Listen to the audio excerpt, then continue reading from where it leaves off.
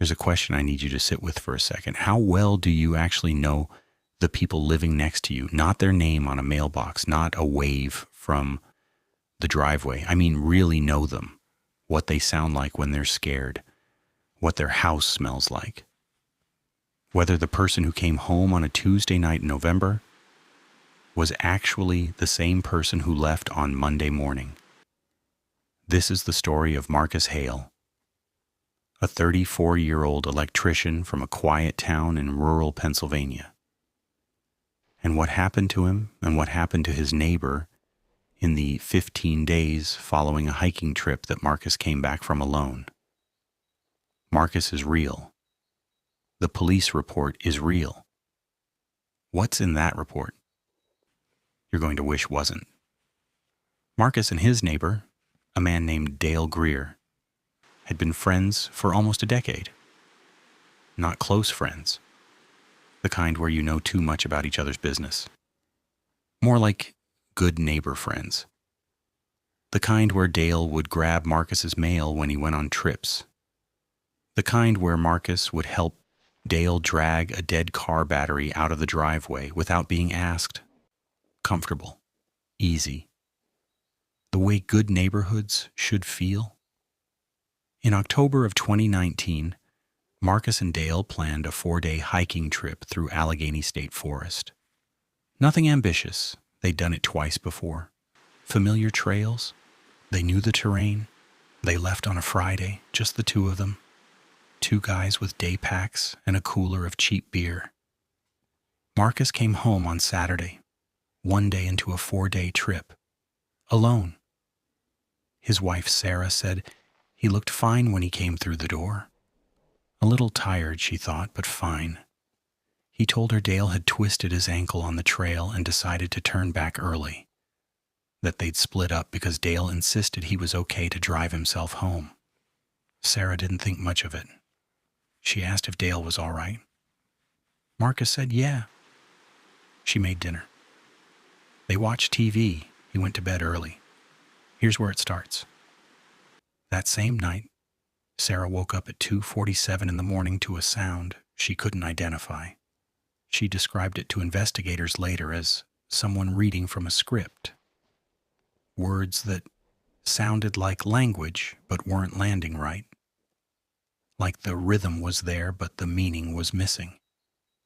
She assumed Marcus was on the phone. She rolled over and went back to sleep. Marcus, in the morning, had no memory of being on the phone. The next day, the Greer's house was quiet. Dale's truck was in the driveway. It had apparently been there all night, which meant he had beaten them home. But no one had seen Dale come or go since. Marcus told Sarah not to worry about it, said Dale probably wanted to rest the ankle. But Marcus's behavior that day was strange. Sarah said he spent 4 hours standing in the backyard, not doing anything. Not on his phone, not sitting. Just standing, facing the direction of Dale's property as if he was listening to something she couldn't hear. When she called him in for lunch, he turned around. And she said, and she was very specific about this when she told investigators, she said the way he turned wasn't quite right. Most people, when you startle them from a thought, turn their head first, then their body follows. Marcus turned as if the whole structure of him rotated at once, like a hinge. She told herself she was imagining it. That night she heard the noise again. This time she got up, walked down the hall. The sound was coming from the kitchen, and when she pushed open the door, Marcus was sitting at the table in the dark, facing the window that looked out at Dale Greer's house. He wasn't on the phone. He was just making the sound, with his mouth. That same low, rhythm without meaning language. His eyes were open. When she turned on the light, he blinked, looked at her, and said he must have been sleepwalking. He apologized. He seemed completely normal. Sarah Hale slept in the guest room that night with the door locked. 3 days later, a mail carrier noticed that none of Dale Greer's mail had been taken in since Saturday. He flagged it. A neighbor 2 doors down confirmed they hadn't seen Dale either. Someone called a wellness check. Officers arrived at the Greer house on Wednesday afternoon. The door was unlocked. Inside, Dale Greer's home was completely normal. Nothing out of place. Dishes clean, bed made. His phone was on the kitchen counter, battery dead. His wallet was on the dresser. His hiking gear was hung neatly by the door.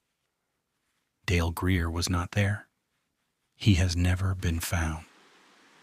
When police came to speak with Marcus Hale about when he last saw Dale, Sarah pulled one of the officers aside.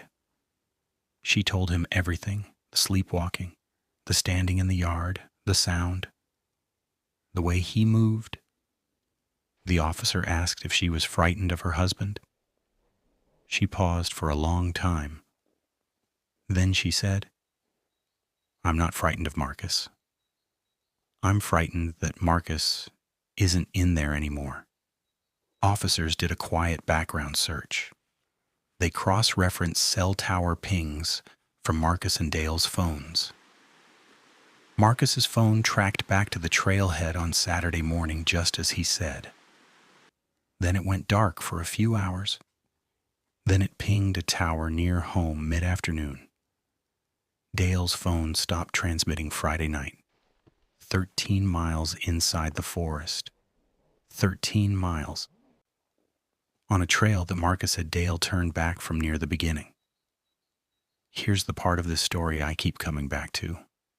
When investigators sat down with Marcus formally, they were careful because at this point they had no body, no crime, nothing concrete. They asked him to describe the moment he and Dale parted ways on the trail. Marcus gave a very detailed account. The exact spot, the tree Dale sat against, what they said to each other, the color of the sky. Then one of the investigators asked an offhand question, just testing the edges of the story. He asked, "Was it cold that morning?" Marcus looked at him and said, "Yes, very." "You could see your breath?" The leaves were already gone.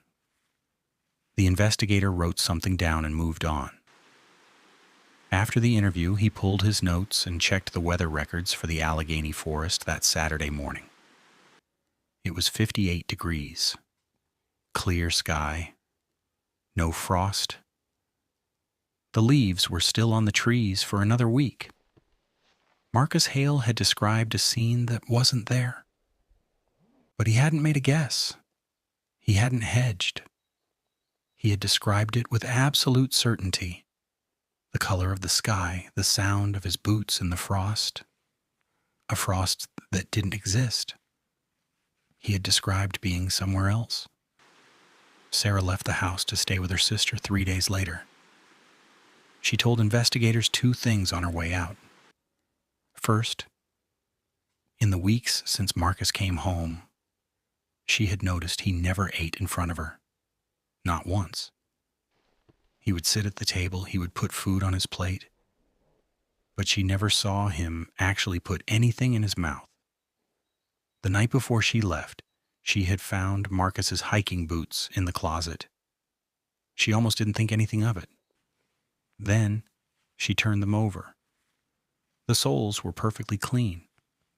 Not dirty from the car, not rinsed clean, she would have known. Untouched clean. The kind of clean that hiking boots get when they have never once touched a trail. Whatever came back from that forest came back in Marcus Hale's clothes. It came back with Marcus Hale's voice and Marcus Hale's name and every surface detail of a life it had studied carefully enough to fool a wife for nearly 2 weeks. But it got the temperature wrong. Because whatever it wasn't remembering the day it left. It was remembering a different day entirely, a colder day, a day when the leaves were already gone.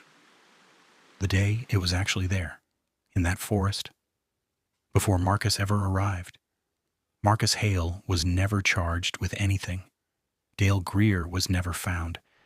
And Marcus, or whatever is walking around in Marcus's body, is still out there, living in that house, waving from the driveway, grabbing someone else's mail when they go on trips, and sometimes at 2:47 in the morning, if the windows are open.